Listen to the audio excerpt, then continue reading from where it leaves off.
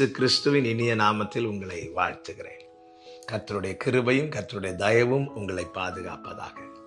நீதிமொழிகள் 29வது அதிகாரம் 17வது வசனம். உன் மகனை சிற்சை செய், அவன் உனக்கு ஆறுதல் செய்வான், உன் ஆத்துமாவுக்கு ஆனந்தத்தையும் உண்டாக்குவான்.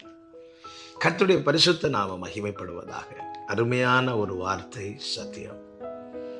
தகப்பன் பிள்ளையை சிட்சிக்க வேண்டும் என்றுதான் வேதம் சொல்லுகிறது. தகப்பன் எந்த பிள்ளையை சிட்சிப்பார் தெரியுமா? நேசிக்கிற புத்திரனை. இங்க வேதம் சொல்லுகிற ஆலோசனை என்ன? உன் மகனை சிட்சை செய்.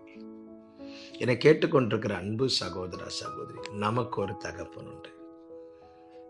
நம்மேல் பாசம் வைத்து நம்மை சுமையா எண்ணாமல் சுகமா எண்ணி நம்மை இந்நாள் வரைக்கும் சுமந்து வருகிற நல்ல தகப்பன். சில வேளைகளிலே அவர் நம்மை சிட்சிக்கிறார்.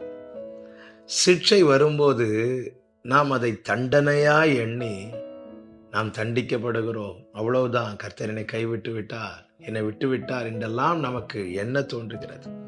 ஆனால் அப்படி அல்ல.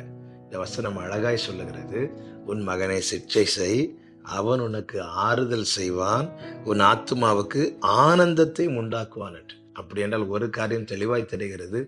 தகப்பன் மகனை சிட்சித்து வளர்த்தும் போது அந்த மகன் பின்னாட்களிலே தகப்பனுக்கு ஆறுதலாகவும் சந்தோஷமாகவும் மாறுகிறானா. அப்படி என்றால் என்ன? அவன் ஒரு நல்ல நிலையை அடைந்து தகப்பனை போஷிக்கிறவனாய், தகப்பனுக்கு எல்லா விதத்திலும் துணை செய்கிறவனாய், உதவி செய்கிறவனாய் மாற்றப்படுகிறானா. அப்படினால் இங்கே சொல்லப்படுகிற வார்த்தை, தகப்பனுடைய சிட்சை என்னுடைய பின்னாட்களில் என்னை நன்றாய் இருக்க வைக்கும். பரலோக தகப்பன் நம்மை சிட்சிக்கும் போது ஒரு காரியம் அங்கே தெரிகிறது. என்ன தெரியுமா? என்னுடைய ஃபியூச்சர்ல நான் நன்றாய் இருப்பதற்கும், நான் ஆசீர்வாதமாய் இருப்பதற்கும், நான் அவருக்கு ஆனந்தத்தை கொடுக்கிறவனாய் இருக்கிறதற்குமே என்னை அவர் சிட்சிக்கிறார். என கேட்டுக்கொண்டிருக்கிற அன்பு பிள்ளைகளே, உங்களை உங்கள் பெற்றோர் சிட்சிக்கிறது உங்கள் பின்னாட்களில் நீங்கள் அவர்களுக்கு ஆறுதலாகவும் ஆனந்தமாகவும் இருக்க போகிறீர்கள்.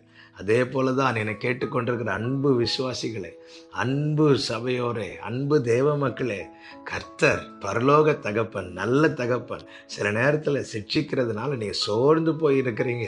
கர்த்தர் இந்த நாளில் உங்களுக்கு சொல்லுகிற வார்த்தை இதுதான். நீங்க நாளைக்கு அவருக்கு ஆனந்தமாகவும் ஆறுதலாகவும் மாறப்போகிறீர்கள்.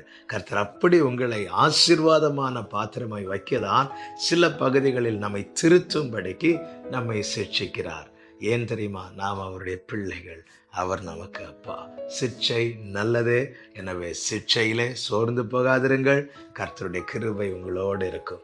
நல்ல தகப்பனே, நீர் எங்களை சுமக்கிறதும், நீர் எங்களை சிட்சிக்கிறதும், நீர் எங்களை கண்டிக்கிறதும் எல்லாமே எங்க நன்மைக்கு. நீங்க அப்பாவா இருந்து செய்றீங்க. ஆண்டவரே, நாங்கள் பிள்ளைகளா இருந்து இதை உணர்ந்து கொள்ள எங்களுக்கு கிருபை செய்வீராக. இயேசுவின் நாமத்தில் பிதாவே, ஆமென்.